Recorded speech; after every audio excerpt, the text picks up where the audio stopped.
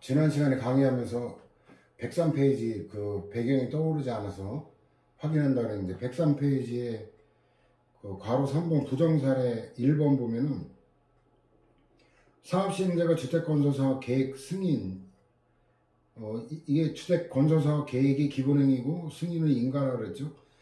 받음으로써 도로조명허가 이거는 공물의 특허 사용으로서 특허에 해당하죠. 의제되었는데 관리청이 도로조명료를 부과하지 않은 경우죠. 이 핵심은 도로조명료를 부과하지 않은 경우에 도로조명료를 부과했더라면 도로조명료 납부 의무가 있는데 이거를 법률상 원인 없이 면하게 돼야 이제 부당이 되게 되는 건데 여기는 이제 법률의 배경이 뭐냐면 이게 의제될 때 도로조명료를 부과할 수도 있고 안 할 수도 있도록 법률이 되어 있어요. 그래서 이 법률에서 이걸 도로조명료를 부과해야만 하도록 규정되어 있다면 부당이 되게 되죠. 그죠? 법률상 부과하도록 되는 걸 안 했기 때문에 이득을 얻었죠. 근데 재량으로 되어 있다는 게 배경이더라고요. 요즘 갑자기 날씨가 쌀쌀해졌죠. 오늘 또 비까지 내리면서 굉장히 쌀쌀해졌는데 감기 주의해야 될 거예요. 환절기라. 더군다나 이제 10월달 가을에 10월달도 일교차가 굉장히 심한 달이죠. 그때 7급 수험생도 시험 보게 되는데 건강관리 잘하고. 자, 이번에는 사인의 공법행위 중에 가장 출제 빈도가 높은 신고 신청인데 그 중에 신고가 출제가 많이 되죠. 구별시익은 여러 가지 있는데 다 해당 본문에 보기 때문에 여기서 여러분들 읽어보기를 바라고, 가장 중요한 거는 대상적격 문제죠. 수리나 수리 거부, 이 신고에 대한 수리나 수리 거부, 수리 취소가 처분이냐 아니냐 이것 때문에 종류를 보는 거거든요. 그 다음에 신고와 등록인데 이것도 법률 규정이고, 법률 규정이 등록을 하면 이 신고를 안 해도 된다고 되어 있는데 그걸 몰라도 관계없어요. 왜냐면 수산물 가공업 이거는 등록인데 식품제조 가공업 이거는 자족적 신고거든요. 이 자족적 신고와 등록이 다르다라는 거 아는데, 등록은 수리를 요하는 신고에 대응한 수리와 같은 거거든요. 등록 신청이 신고고 등록이 수리와 같은 거예요. 따라서 자족적 신고와 등록은 제도가 다른 제도다, 규제 정도가 다르다, 이거 알면은 규제가 강한 등록을 하면 그보다 규제가 완화된 신고는 별도로 하지 않아도 된다라는 걸 끌어낼 수 있을 거예요. 자, 효과에 의한 분류인데 일단 수리를 요하는 신고가 유형화되어 있기 때문에 이제 그걸 비교하면서 이제 의미할 게 뭐냐면, 수리를 요하지 않는 신고는 이건 이제 나중에 보충자료 나갈 거예요. 행정절차법에 규정이 있고 기본법에는 없어요. 근데 수리를 요하는 신고는 행정절차법에 규정이 없고 기본법에 있어요. 그래서 그런 내용들이 이제 추가해서 보충자료로 나갈 거예요. 지금 일단 말로 하는 거고. 자, 일단 유형화된 게 일단 보면은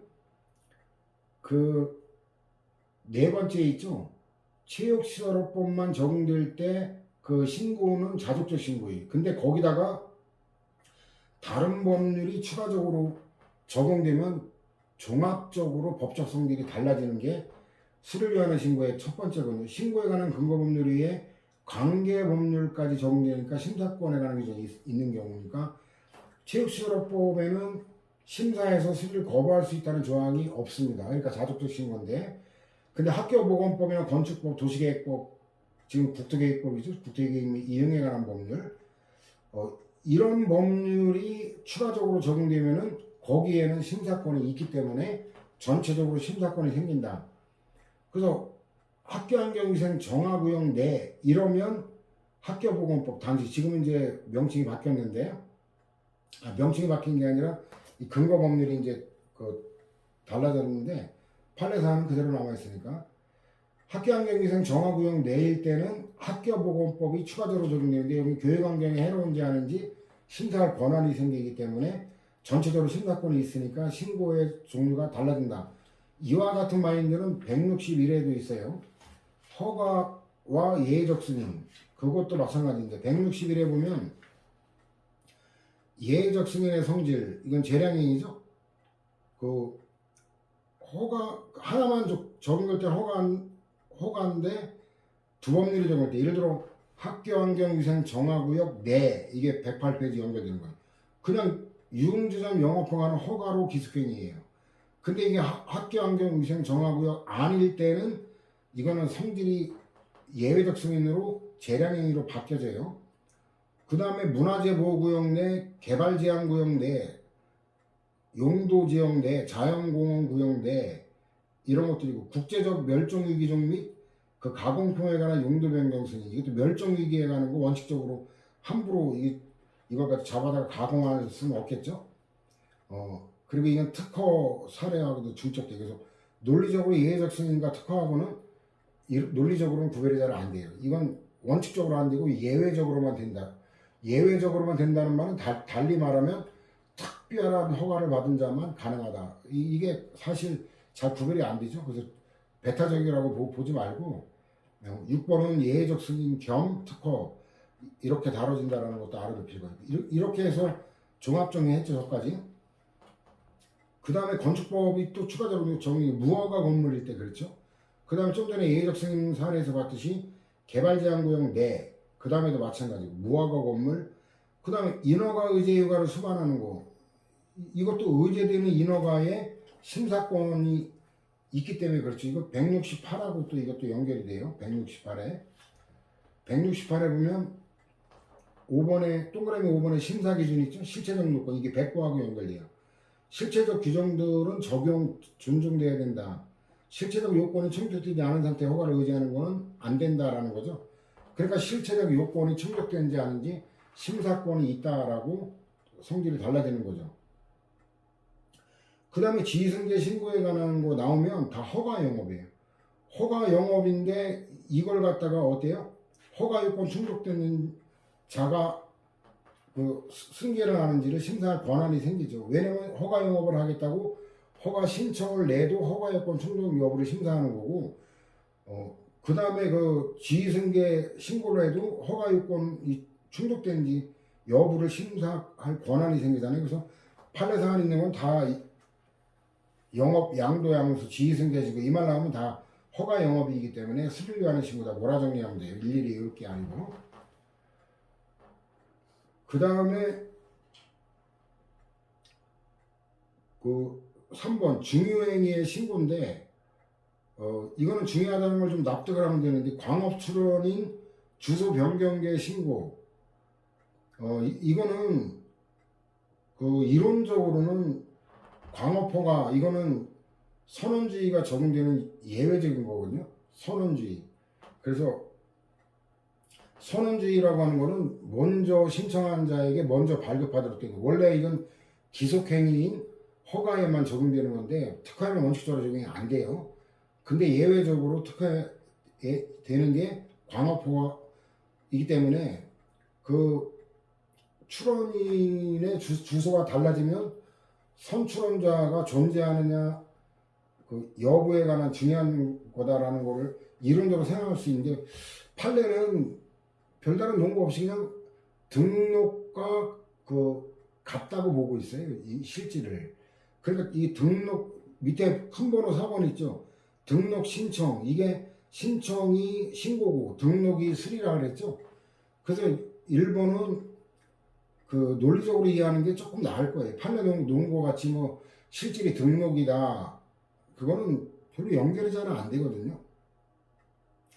건축주 명의 변경 신고, 이 건축주 명의 변경 이거 되면 이거는 소유권 취득 변경 상실과 관계되는 중요한 거다라고 생각하면 되고, 농지 전용은 이거는 농지는 식량 안보의 대상이거든요. 우리가 뭐 멍청한 놈들이 옛날에 한미 FTA 뭐 하면서 농산물은 싸니까 그냥 싸게 사다 먹고 비싼 공산품 수출해서 팔아먹는 게 이익이다라고 했죠. 근데 이번에 러시아하고 우크라이나 전쟁 보면서 어때? 국제 밀가격이 폭등되면서 떼돈 버는 건 누구예요?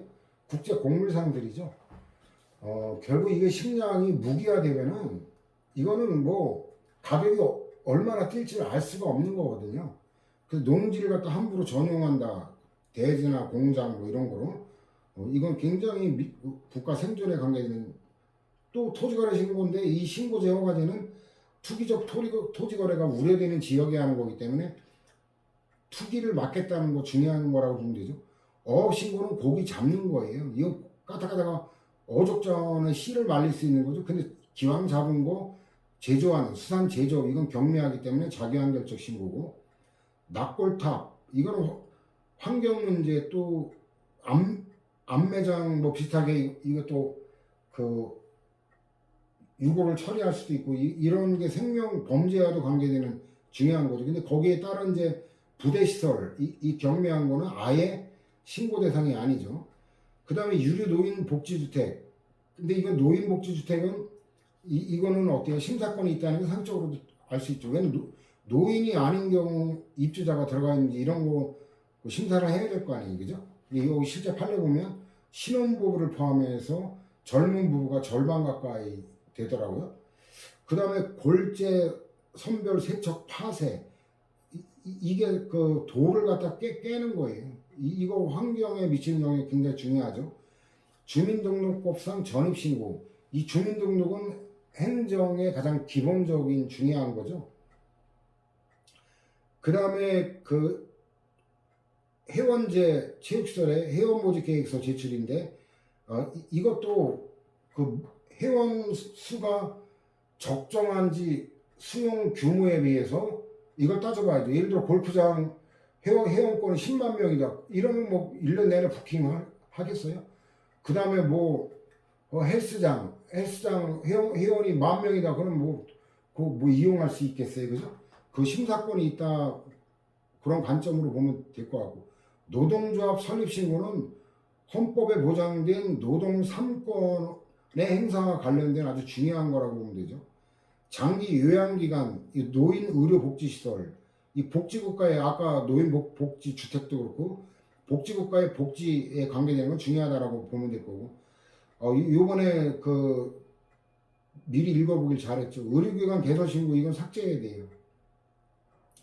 왜냐면 이건 자족적 신고 그 왼쪽 페이지에 자족적 신고의 맨 첫 번째 나오죠. 그래서 보충 자료로는 그 옆에다가 갖다가 붙여놓으려고 그래. 근데 그 뭐 기존 입장에 제약인이기 때문에 특별한 의미가 없는데 이게 PDF 파일로 보는 거하고 종이로 보는 게 다르더라고. 이거 종이로 안 봤으면 또 그냥 은근히 넘어갈 뻔했는데 그래서 14번도 분류를 4번 등록 신청 그 밑으로 돌리려고 그래. 왜냐면 이거 보면은 대규모 점프의 개설 등록 신청에 대한 건데 이거는 엄밀히 말하면 대법원이 정신 나간 거예요. 왜냐면 신청하고 등록은 별개거든요.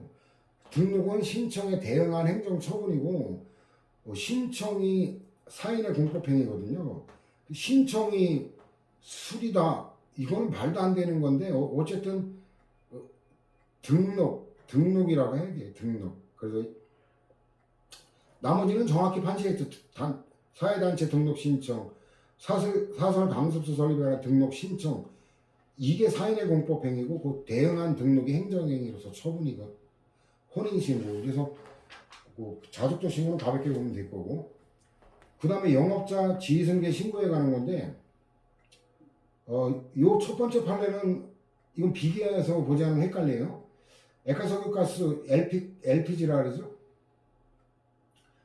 액화석유가스 충전사업 양도의 무효를 주장하는 양도자는 민사정송으로 양도 행위에 무효를 범함이 없이 허가관청을 상대로 신고수리 처분에 무효하게는 걸 법률상 이익이다. 이게 178회 이게 뭐냐면 그 양도 행위라는 기본 행위에 그거를 갖다가 수리라는 처분이 있는 거 이거는 어떤 관계하고 유사하냐면 그 기본 행위가 있고 그에 대해서 보충 행위로 인가 요거하고 유사한 구조거든요. 근데 결론이 정반대예요. 178에 가면은 인가는 기본 행위만을 다툴 수 있도록 돼요. 178에 가면은 그 위에 도표의 3번에 동그라미 2 기본 행위에만 하자가 있고 인가는 적법한 경우 이때는 그 기본 행위를 다퉈야 되고 인가의 무효 확인이나 취소 청구는 안 된다. 졸업식 저거는 직접 대응하는 건 아닌데.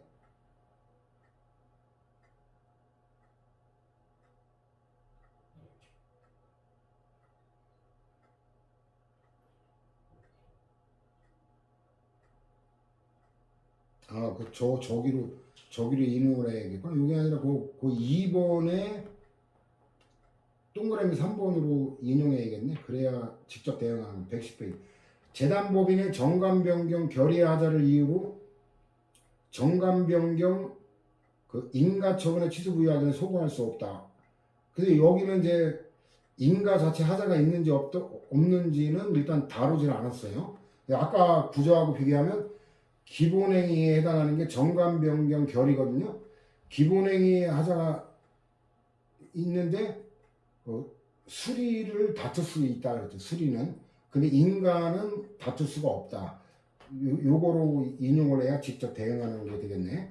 자, 다시 돌아볼까요? 그 식품위생법의 영업양도에 따른 지휘승계 신고. 이거 출제가 아주 많이 했던 판례예요. 이걸 신고를 수리하는 행위는 그 사실의 신고를 접수하는 게 핵심이 아니라, 자, 핵심이 밑줄 쳐볼까요? 영업허가자의 변경이라는 법률효과를 발생시킨 행위다라는 거, 처분이다라는 얘기예요. 권리의무의 직접적 변동 초래. 그 다음에 채석허가를 받은 자에 대한 관할행정청의 채석허가 취소 처분에 대해 수허가자의 지위를 양수한 양수인의 취소 처분의 취소를 구할 법률상 이익. 이거는 어때요? 이거는 허가에 관계되는 거긴 하지만 뭐냐면 이게 그 양수인의 직업의 자유가 침해되는 사안이니까 법률상 이익을 인정한 거거든요. 그래가지고 그 영업상 이익이 침해되는 사안은 이거는 반사적 이익이에요. 허가업자에. 그런데 직업의 자유가 침해되는 부분 160이라고 연결이 돼요. 저거는 110페이지하고.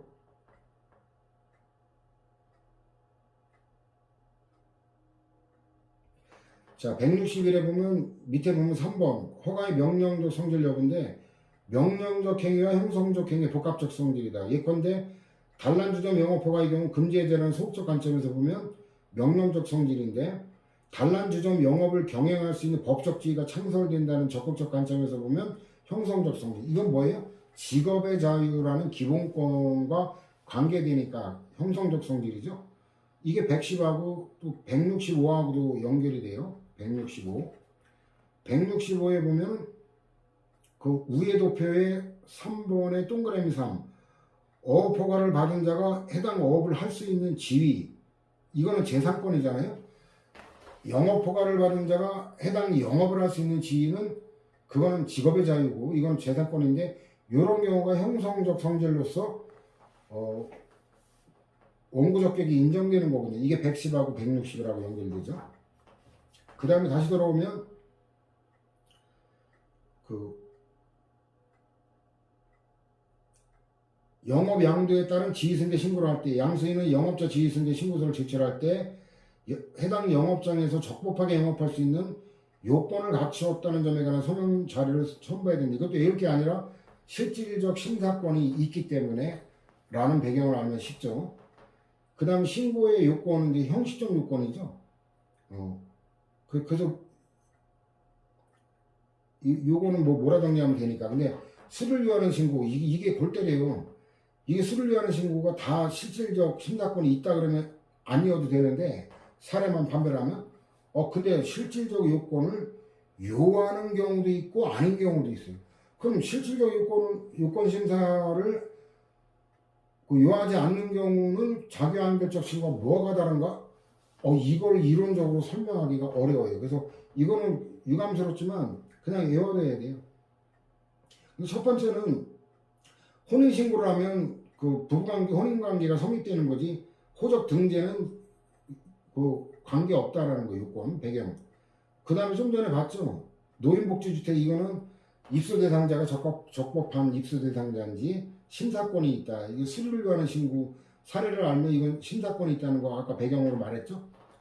그 다음에 세 번째 골제에 가는 거 실질적 심사권이고 행정기관이 실질적인 심사를 할 때 골재채취법 이외의 다른 법령의 제한까지도 심사할 수 있다. 이건 대단히 이례적인 게 뭐냐면 골재채취법의 심사 기준에 관한 규정이 없기 때문에 어쩔 수 없이 다른 법률을 참조할 수밖에 없다라는 배경이 있는 건데 이건 원칙이 아니에요.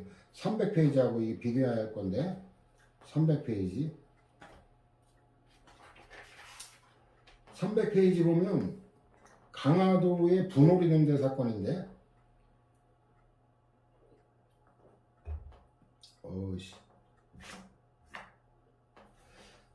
300페이지 복합민원 맨 밑에 복합민원 있죠? 그 관련 판례가 110페이지하고 관계되는 건데 자 복합민원에 있어 필요한 인허가를 일괄하여 신청하지 아니하고 그중 어느 하나의 인허가만을 신청한 경우에도 근거 법령에서 자 예외 두 가지를 알아둬야 돼요. 다른 법령상의 인허가에 관한 규정을 원응하고 있거나 그러니까 다른 법령상 인허가를 받았을 것 이게 요건으로 원응되면 다른 법령상 인허가 요건을 충족했는지 심사할 수 있죠. 대상행위가 다른 법령에 의해 절대적으로 금지되고 있어 실현이 객관적으로 불가능한 것이 명백한 경우 그때만 고려해서 인허가 여부를 결정할 수 있는 거고 이 두 가지 이외에는 뭐예요? 다른 법률의 심사까지 할 수가 없다라는 거예요. 이게 110하고 연결되는 거예요. 자 다시 돌아볼까요? 전입신고 수리 여부의 판단 방법 이거 전원합의체로 파기시킨 건데 이게 주민등록법상 그 목적 그거로만 제한적으로 돼야지 부동산 투기나 이주대책 요구를 방지할 목적으로는 거부할 수 없다라는 거. 이게 옛날 그것까지 고려할 수 있다는 거 파기시킨 거예요. 그 다음에 그 노동조합 설립신고도 실질적 심사권이 있다. 그 다음에 이제 심사 기준에 관한 거 엄격하게 본다는 거예요. 이거는 그래서 원래 그 설립신고서 귀양대행 신고된 것만 일단 심사하되 근데 그 해당 여부가 문제된다고 볼 만한 객관적 사정이 있는 경우에 한해서만 그 신고된 내용 이외의 사항에까지도 실질적 심사를 할 수가 있다는 건데 제한적으로 그렇다. 이걸 너무 엄격하게 너무 그 광범하게 쉽게 허용하면은 그 노조 설립을 지나치게 제한하는 결과가 될 수 있기 때문에 그런 거죠. 그 다음에 이건 또 실질적 심사를 못 한다는 거죠. 이런 거는 예우자하면 안 돼. 그래서 실질적 심사권이 있는 거 가볍게 보면 되죠. 없다라는 걸 적은 걸 정확히 외워야죠. 허가권자가 양수인에게 건축할 대지 소유 또는 사용에 관한 권리를 증명하는 서류 조치를 요구하거나 양수인에게 이러한 권리가 없다는 실체적인 이유를 들어 신고 수리를 거부할 수 없다. 이런 거는 외워야 돼요. 그 다음에 신청의 요건은 말 그대로 사인의 공법 행위가 적법하기 위한 요건이지 그에 대응하는 행정청의 행위인 처분 요건하고는 다르죠. 신청권이 있어야 된다. 이거 계속 배우죠. 거부나 부작에 관련해서 우리가 법규상 또는 조례상 신청권 권리까지 있어야 된다. 근데 이거는 그 형식적 권리라 그랬죠. 절차적 권리, 형식적 권리. 그 다음에 법령상 요건인데 문서주인이 약방에 감초라 그랬죠. 근데 그 예외는 무조건 외워둬야 돼요. 민원 신청도 마찬가지예요. 기타 민원, 이 민원의 종류는 300페이지에 거기 개념정의 해놨거든요. 이게 법률이 개정되면서 그 법정 민원, 일반 민원, 고충 민원, 일반 민원 다시 법정 민원, 질의 민원, 건의 민원, 기타 민원, 민원 이 110이라고 연결해서 이게 달달 외워야 돼요. 제가 도와줄 수 있는 건 별로 없고. 그 다음에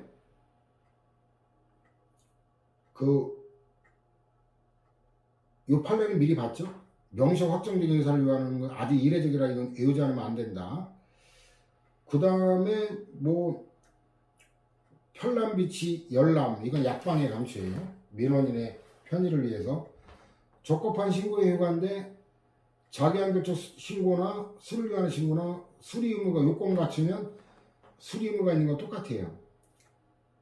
요건을 못 갖추면 거부할 수 있는 거고 다만 이제 수리의 의미가 이거는 단순한 사실행위고 수리를 위한 신고는 이거는 행정행위로서 수리죠.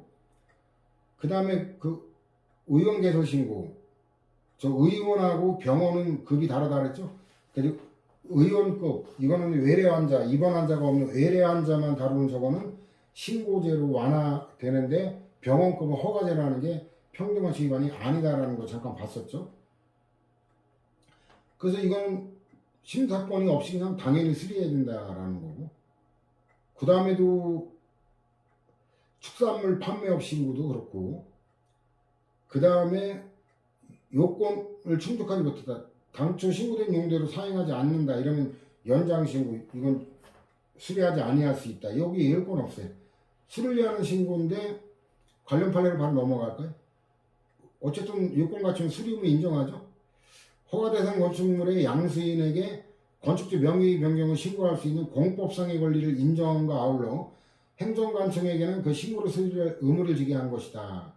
그래가지고 적법하게 건축주 명의 변경을 신고한 때는 신고를 수리해야지, 실체적인 이유를 내세워 수리를 거부할 수 없다. 그 다음에 토지거래 신고도 마찬가지죠. 근데 이것도 형식적 절차적 심사권만 있다는 거, 이런 거 일일이 외울 수밖에 없어요. 수리를 위한 신고인데도. 그 다음에 주유소 등록 신청에 관한 건데, 이것도 원칙적으로 수리해야 되는데, 다만 약방에 감춰 나오죠. 중대한 공익상 필요, 이때는 거부할 수 있다. 이 중대한 공익상 필요, 이거 나오면 뭐라 정리하는데 일일이 외울 게 아니라 허가의 재량행위에 인용했었죠. 162에 보면 괄호 2의 재량행위 도표의 1번, 자연환경, 사회적 환경 보존이나 기타 중대한 공익상 필요가 있는 경우 허가든 뭐든 다 거부할 수 있다. 이게 60하고도 인용했는데 113하고도 관련이 되죠.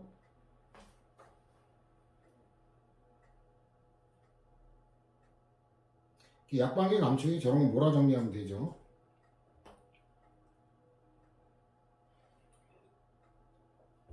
그 다음에 국토계획법상 개발행위 허가로 의제되는 건축신고가 개발행위 허가의 기준을 갖추지 못한 경우 행정청이 수리를 거부할 수 있다.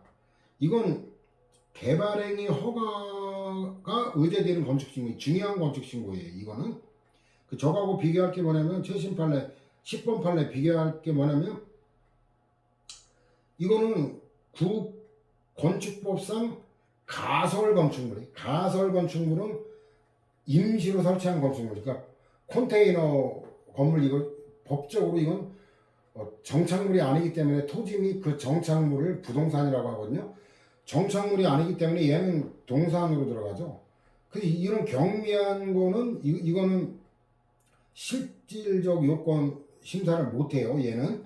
그래서 핵심은 가설 건축물이에요. 근데 아까 4번은 뭐예요? 개발행위 허가가 의제되는 중요한 건축신고예요. 완전히 다른 사안이에요. 그 다음에 5번, 숙박업을 하고자 하는 자가 법령이 정하는 시설과 설비를 갖추고 행정청에 신고를 할 경우도 원칙적으로 수리해야 되고, 그 다음에 그 시설이 전부 일부에서 새로 하려는 경우도 마찬가지인데, 그 7번에 사실관계가 나오죠.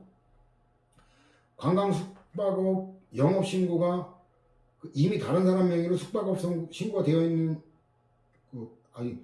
영업신고가 이미 이루어져 있는 숙박시설의 객실 일부를 매수하는 거가 별도의 숙박업 영업신고를 한 경우 중복신고다 해가지고 아예 거부할 수는 없다는 거예요. 다만 조건은 있어요. 객실, 적객대, 로비시설 등을 다른 용도의 시설 등과 분리되도록 갖추어 해당 시설의 영업 주체를 분명히 인식할 수 있도록 하지 못했다는 이유로 거부한 거는 적법하다라는 거죠. 그 다음에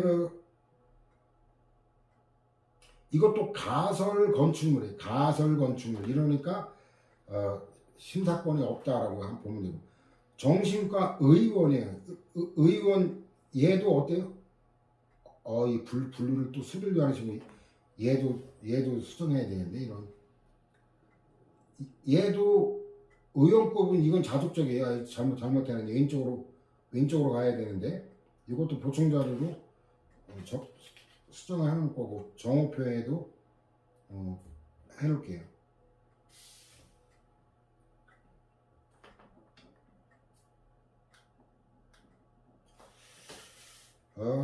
이거 뭐가 심해. 이게 안 보여요. 참나, 적신당한데 어쨌든 이거는 내용은 그냥 여러분들 일단 기억하고 자족적 신고다 분류만 그거만 차고 오기를 바랍니다.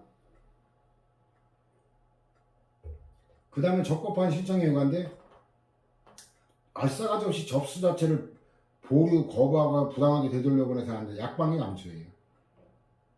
그 다음에 처리 의무, 이건 응답 의무죠. 응답 의무는 이거는 최소한 당연히 있죠. 근데 그 처리 의무 관련되는 게 일단 신청권에 따라 달라요. 신청권이 없으면 처리 의무가 없는데, 근데 응답 의무는 인용 의무하고는 달라요. 응답은 말 그대로 그냥 가부간에 응답을 할 거고, 인용은 해달라는 대로 해주는 거잖아요.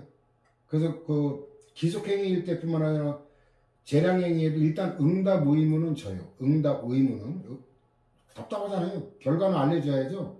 인용 의무는 기속행위일 때는 요건 충족되면 의무가 있고 재량할 때 없다는 건 뭐 개념 그대로죠. 신청과 권리구제인데 그 신청에 따른 처분의 요건에 해당되지 않고 접수 당시 하자를 취소할 방법이 없다는 등의 실체적인 사유를 들어 신청 자체를 접수하지 않거나 보안 명령을 내리는 건 거부 처분이죠. 그죠? 원하는 대로 안 받아도 거부죠. 그래서 원칙적으로 위법인데 뭐 권리구제 수단은 뭐 뒤에 거 읽어보면 될 거고. 효력 발생 시기 자기한결적 신고는 얘는 신고로 효과가 완결되는 거니까 개념상 신고시죠. 신고시는 다른 말은 신고서 접수시, 도달시, 제출시 이거고, 그 수리나 수리 거부는 법적 효과 발생과 무관하는 게 처분이 아니다라고 연결되죠. 절차법에도 마찬가지예요. 신고가 일정한 요건을 갖춘 경우에 자독적 신고라도 요건을 못 갖추면 안 된다 그랬죠.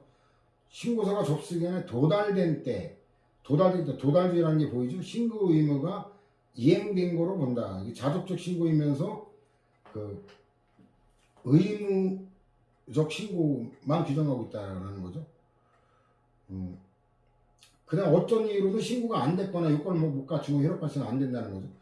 담당 공무원이 법령에 규정되지 아니한 다른 사유를 들어 그 신고를 반려한 경우 신고 효력 발생 시기는 제출 시죠. 그 반려해봐야 반려의 법적 의미는 없는 거죠. 담당 공무원이 관계 법령에 규정되지 아니한 소를 요구하여 신고서를 제출하지 못했다. 어쨌든 이유야 어쨌든 신고를 안 했다면 휴가가 발생하지 않죠. 신고 필증의 의미는 신고한 사실이 있다는 걸 증명하는 거지. 그 다음에 이제 과세관청 부가가치세 이거 나오면 단순한 사실상의 행위다라고 했던 거 신뢰보호 때도 봤죠. 이건 논리적으로 희한한 건데 하여튼 일관되게 같은 논리이기 때문에 다행이에요. 우리 입장에서는. 수리를 위한 신고인데 이건 수리를 해야만 효력 발생하는 거지 신고 갖고는 안 되죠. 따라서 수리가 처분이다라는 거죠. 그 행정기본법에 이제 수리를 위한 신고가 있죠. 자족적 신고는 없고 법령 등으로 정하는 바에 따라 행정청의 일정한 사항을 통지해야 되는 신고로서 법률에 신고의 수리가 필요하다고 명시되어 있는 경우, 근데 내부 업무 처리 절차로 수리를 규정한 경우 제외한다 그랬죠. 행정규칙으로 하는 거는 이때는 수리해야 효력 발생한다는 거. 자, 그 다음에 사실상 영업, 자 이것도 법적이냐 사실상이냐를 나눠보면 돼요. 사실상 영업이 양도양수되었지만 법적으로는 승계신고및 수리처분이 있기 이전이에요. 그럼 효과 발생 안 하죠. 그럼 법적으로는 누가 영업자예요? 양도인이죠. 근데 사실상 영업을 하게 하면 법적인 의미가 없죠. 그러면 행정제재처분사의 유무의 판단기준이 되는 대상자 및 행정책임 귀속자는 법적으로는 양도인이다. 이거 해석할 수 있죠. 신고 필증의 의미는 수리가 있었다는 증명인데 교부 이거는 증명서에 불과한 거지 신고 필증 교부 등의 행위가 필요한 건 아니에요. 어쨌든 수리를 하기만 하면 되는 거지. 이거 증명서 교부는 입증과 관계되는 거지 증명서 교부로 효과가 발생하는 건 아니거든요. 수리만 하면 되는 거거든요. 신청인데 이것도 컴퓨터링에 입력될 때 이런 내용 정확하게 외워야 됩니다. 그 다음에 부적법한 신고 요구인데 이거 좀 중복이 돼 있죠. 1번 받고 2번 그 요건 미비한 거 하면은 불법 영업이 되고 즉시 직접 강제로서 영업장 폐쇄가 가능하죠. 근데 이거는 수리하고 달라요. 그 수리를 하는 중에 세 번째 보면 수리가 취소할 수 있는 이때는 그 수리의 효과가 발생하죠. 그럼 취소되기까지는 불법 영업이 아니죠. 공정력 때문에 취소하고 난 후에 이 행정위와 관련될 때니까 그렇죠. 왼쪽에 자독적 신고의 수리는 이건 아무 법적 의미가 없으니까. 그 다음에 그 요건을 맞추고 못 갖춘 거 이건 형사처벌 된다는 얘기고 원칙적으로 영업을 하는 자는 사업자지 직원이나 보조자가 아니다. 이건 너무 상식적인 얘기죠. 또 처벌 대상이다. 이건 뭐 일일이 외울 거 없어요. 그 다음에도 이제 법률 개정 소급과 관계되는 거예요. 배출시설 설치 당시에는 신고 대상이 아니었는데 나중에 신고 대상 이거 소급 적용하는 거 이건 안 되는 거죠. 그렇게 그냥 보면 될 거예요. 이게 소급과 관계되는 거라고 보면 될 거고 어떤 토지를 토지 용도와 달리 이용하려는 경우 뭐야 이거는 삭제하세요. 이거는 여기 들어올 게 아닌데 허가 개발행위 허가와 관계되는 거를 잘못 붙여놨네. 이것도 참 희한하네. 이번에 기본 이론서 그 오류나 오탈자도 거의 잡았다고 하는데 이게 또 뜬금없이 이게 왜 여기 와 있는지 모르겠네. 자, 저거는 그냥 내용 지엽적인 거라. 저건 원래 강론에 가야 될 내용이 지엽적인 거. 총론에 나오기는 허가에 나오기도 다소 부적절하고 수리를 위한 신고인데 수리는 행정행위니까 하자 무효와 취소가 나뉜다라는 거고 무효일 때는 바로 강제 폐쇄가 가능하지만 취소 사유일 때는 취소를 해야 된다는 거고 그 다음에 뭐 수리 안 하면 이건 뭐 효과 발생 안 하니까 불법 영업이 된다는 거 당연하죠. 그 다음에 5번 보면 어업신고와 수리를 위한 신고죠.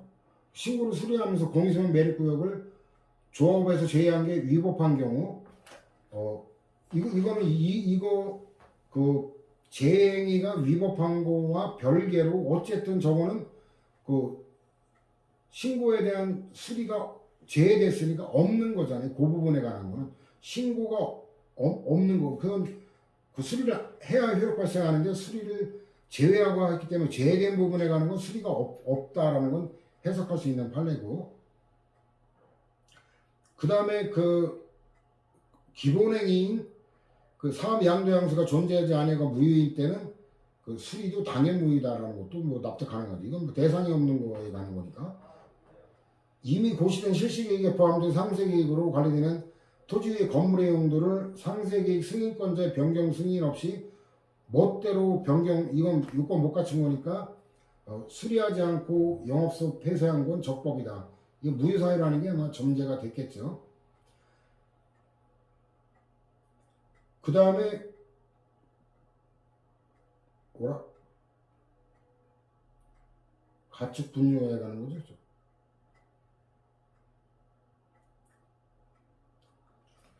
이제 저것도 왼쪽에 6번하고 이것도 하고 해봐야 이게 이론적으로 자독적 신고인지 수리를 위한 신고인지 학문적 연구가 없기 때문에 이거 분류가 저것도 이거 또 확인해봐야겠네.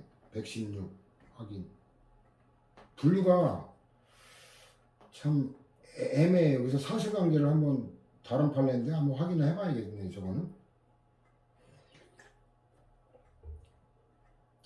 결론은 똑같은데